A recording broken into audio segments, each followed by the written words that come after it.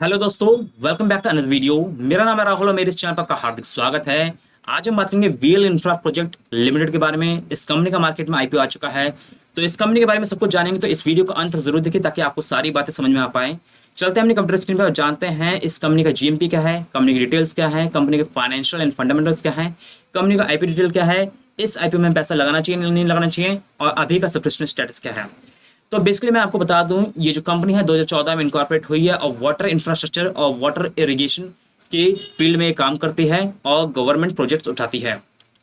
Basically इसका 17 जुलाई से market में यहाँ पे हमारे पास डेटा है। यहाँ पे 42 रुपीज़ का इसका आईपीओ प्राइस था। तब जीएमपी केवल 20 रुपये था, तो 42 प्लस 20 होता है 62 रुपीज़ और 47.62% का लिस्टिंग गेन परसेंटेज था। बट 18 जुलाई से ये 20 वाला जीएमपी 40 हो गया और यहाँ पे 95.24% का लिस्टिंग गेन परसेंटेज शो कर रहा था। तो 18 जुलाई से 19, 20, 21 तक लगातार जीएमपी 40 रुपये ही था और 95% का लिस्टिंग गेन परसेंटेज शो कर रहा था। बट 22 तारीख को ये जीएमपी बढ़ के 50 हो गया, यहाँ पे 119.05% लिस्टिंग गेन परसेंटेज हो गया। और 23 तारीख की बात की जाए तो 23 और 24, आज 24 तारीख है फाइनली, और 23-24 को ये जो 42 वाला आईपीओ प्राइस है 42 है और ये 50 से बढ़कर जीएमपी 55 हुआ और आज भी 55 ही बना हुआ है। तो फाइनली अगर बात की जाए तो यहाँ पे एस्टिमेटेड लिस्टिंग प्राइस 97 रुपीज़ है और लिस्टिंग गेन परसेंटेज जो है 130.95% है, यानी कि काफ़ी शानदार है। यानी कि 131% का लिस्टिंग गेन परसेंटेज शो कर रहा है ये आईपीओ। ये बेसिकली एक एसएमई आईपीओ है, तो ऐसे जीएमपी के हिसाब से देखा जाए तो काफ़ी शानदार रिटर्न दे सकता है ग्रे मार्केट प्रीमियम में। चलते हैं कंपनी की डिटेल्स जान लेते हैं। कंपनी करती क्या है बेसिकली। कंपनी में मैंने आपको बताया कि 2014 में फाउंड हुई थी। It work in the planning, construction and commissioning of various government projects, especially in the field of water infrastructure and irrigation. यानी कि water irrigation and water infrastructure में काम करती हैं। The company is engaged in the execution of the water supply and waste water infrastructure project, which mainly include procurement of pipes and their laying, connection and commissioning of backward integration.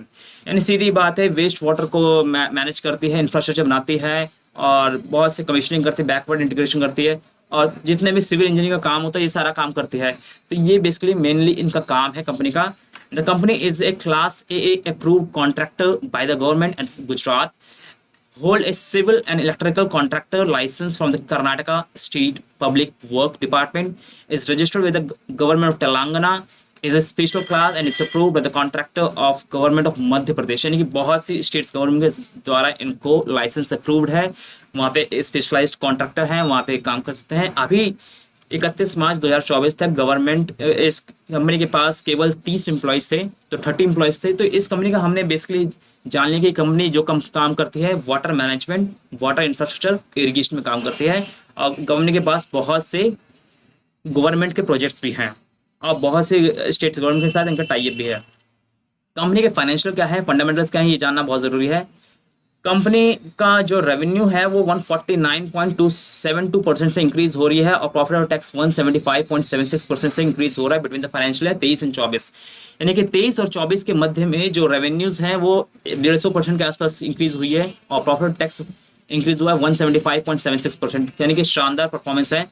हमारे पास जो data है 21, 22, 23, 24 का है और assets का column देखा जाए तो 1641 लाख से बढ़ के 5691 लाख एसेट्स हो गई, बहुत शानदार है। अगर हम रेवेन्यूज की बात की जाए 3077 से बढ़ के अभी 11400 लाख एसेट्स हैं। वहीं पे प्रॉफिट ऑफ टैक्स की बात की जाए जो कि 83.37 लाख था, वही बढ़ के 614 लाख अभी प्रॉफिट ऑफ टैक्स हो गया।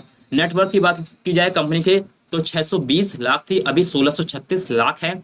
रिजर्व एंड सरप्लस कंपनी के पास 346 लाख थे स्टार्टिंग में, अभी 505.76 लाख है। एंड बोरिंग्स कंपनी के बारे में बात की जाए तो 659 थी, अभी 1654 लाख है, यानी कि कुछ कर्जा भी इन्होंने बढ़ा है। यानी कि अगर एक फाइनेंशियल से बात की जाए तो काफ़ी स्ट्रॉन्ग फाइनेंशियल्स हैं, चाहे एसेट्स है, रेवेन्यू है, प्रॉफिट टैक्स है, नेटवर्थ है, रिजर्व एंड सरप्लस है। हाँ, थोड़ा सा कंपनी कर्जा बढ़ा है ये सब काम करने के लिए।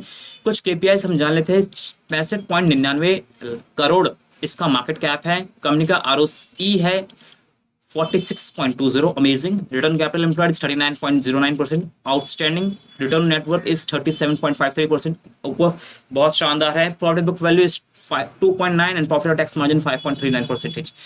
अगर ईपीएस की बात की जाए 5.43 एंड 3.91 प्री एंड पोस्ट बता रहा है, और पी रेशियो है 7.73 और 10.75। What is the company of objective of raising this IPO, यानी कि इस आईपीओ में भाग लेने का इसका मोटिव क्या है, कंपनी का ऑब्जेक्टिव क्या है।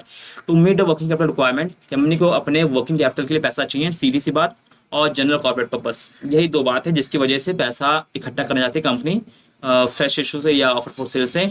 चलते हैं कंपनी के बारे में हम जान लेते हैं कि भाई आईपीओ की डिटेल्स क्या है, आईपीओ में कब से कब तक डिटेल है, कब से कब हम इसमें हिस्सा ले सकते हैं।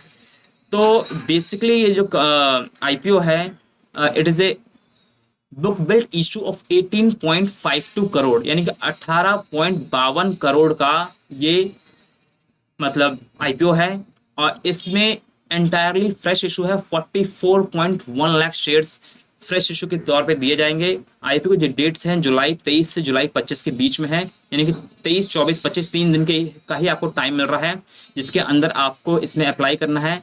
आज ऑलरेडी 24 तारीख हो चुकी है, तो 25 तारीख यानी कल आखिरी डेट है जिसमें आपको अप्लाई करना ही करना है अगर आप इसमें भाग लेना चाहते हैं। फेस वैल्यू अभी कंपनी के 10 रुपये पर शेयर, प्राइस बैंड जो है 39 to 42 रुपीज़ पर शेयर है। तो 42 रुपीज़ और लॉट साइज है 3000 शेयर्स का, यानी कि एक बार में अगर एक लॉट कप खरीदते हैं तो 3000 शेयर्स आपको लेने ही पड़ेंगे, और 39 से 42 रुपीज़ पर शेयर इसका प्राइस बैंड है। कंपनी की जो लिस्टिंग होगी एनएससी एंड एसएमई पे होगी, एंड बेसिस ऑफ अलॉटमेंट होगा 26 जुलाई को, इनिशिएशन ऑफ रिफंड होगा 29 जुलाई को, और उसी दिन शेयर्स भी क्रेडिट किए जाएंगे कंपनी के द्वारा डीमैट अकाउंट में आपके। लिस्टिंग डेट होगी 30 जुलाई, और cut off time for UPI mandate confirmation है 25 जुलाई, यानी कल 5 बजे तक आप अपना इसमें अप्लाई कर सकते हैं। 5 बजे तक आप यूपीआई मैंडेट कंफर्मेशन दे सकते हैं। रिटेल कैटेगरी में एक लॉट उठाया जा सकता है मिनिमम, और मैक्सिमम भी एक लॉट उठाया जा सकता है जिसमें 3000 शेयर्स हैं, 1,26,000 वैल्यूज होती है।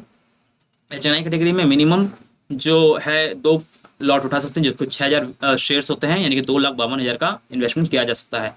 कंपनी के जो प्रमोटर्स हैं वो है राजगोपाल रेड्डी, अन्नम रेड्डी, राइट। तो इनका नाम यह है मिथिजिल राजगोपाल रेड्डी। तो शेयर होल्डिंग प्री इशू क्या है 90.91, शेयर होल्डिंग पोस्ट इशू हो जाएगी 65.39%। तो ये and VL Infra IPO raise 5.24 crore from the anchor investor, यानी कि 5.24 करोड़ एंकर इन्वेस्टर से इकट्ठा किया जाएगा, जिसकी डिटेल यहाँ पे देखिए कि 12,48,000 शेयर ऑफर किए गए। Anchor investor size in crore is 5.24 crore. Anchor lock in period end date ये अगस्त 25 तक, अक्टूबर 24 तक ये डेट्स हैं कुछ।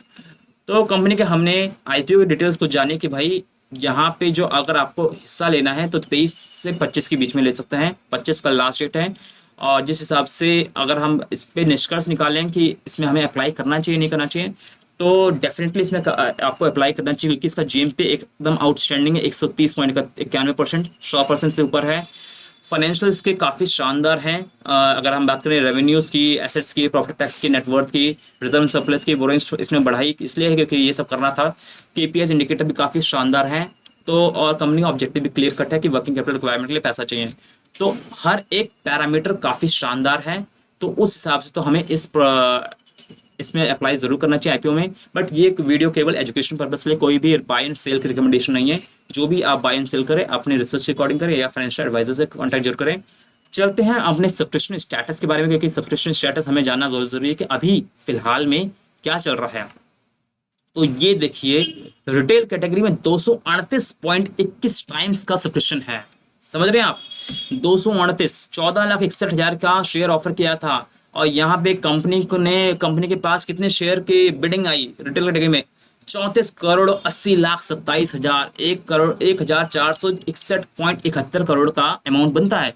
यानी कि कंपनी ने बस कहा कि भाई 14,61,000 ही मैं दूंगा, बट 34 करोड़ की बिडिंग हो गई, यानी कि 238 टाइम्स मतलब बिडिंग हुई है। अगर एनआईए कैटेगरी की बात की जाए तो 100 टाइम्स बिडिंग हुई है, यानी कि बोली लगी है। 6,27,000 शेयर ऑफर किए गए थे, बट यहाँ पे तो बात अलग ही हो रही है। 6,29,04,000 की बिडिंग है। क्वालिफाइड इन्वेस्टर की बात की जाए 9.30%, 9.30 टाइम्स की बिडिंग है। 8,34,000 की जगह 77,55,000 की बिडिंग है। वहीं पे market maker and anchor investor ने अपना एक टाइम्स सब्सक्रिप्शन किया है। तो ओवरऑल अगर हम बात की जाए तो VL Infrastructure IPO is subscribe to 143.29 times. तो बहुत शानदार इसमें सब बिडिंग हो रही है, तो इस हिसाब से तो हमें डेफिनेटली इसमें पैसा लगाना चाहिए, क्योंकि इसके फाइनेंशियल्स काफ़ी शानदार हैं, इसके फंडामेंटल्स काफ़ी शानदार हैं, कि केपीआई इंडिकेटर्स काफ़ी अच्छे हैं और ग्रे मार्केट प्रीमियम भी काफ़ी शानदार है। तो इस हिसाब से तो इस प्रोजेक्ट पे, इस आईपीओ पे पैसा लगाना आपका वर्थ है। बट ये कोई भी फाइनेंशियल एडवाइस नहीं है, it is not any financial advice, it is just a educational purpose video. अगर आपको कोई भी डाउट हो तो आप हमें ज़रूर पूछिए। And thanks for watching this video and please subscribe our YouTube channel. Thank you very much.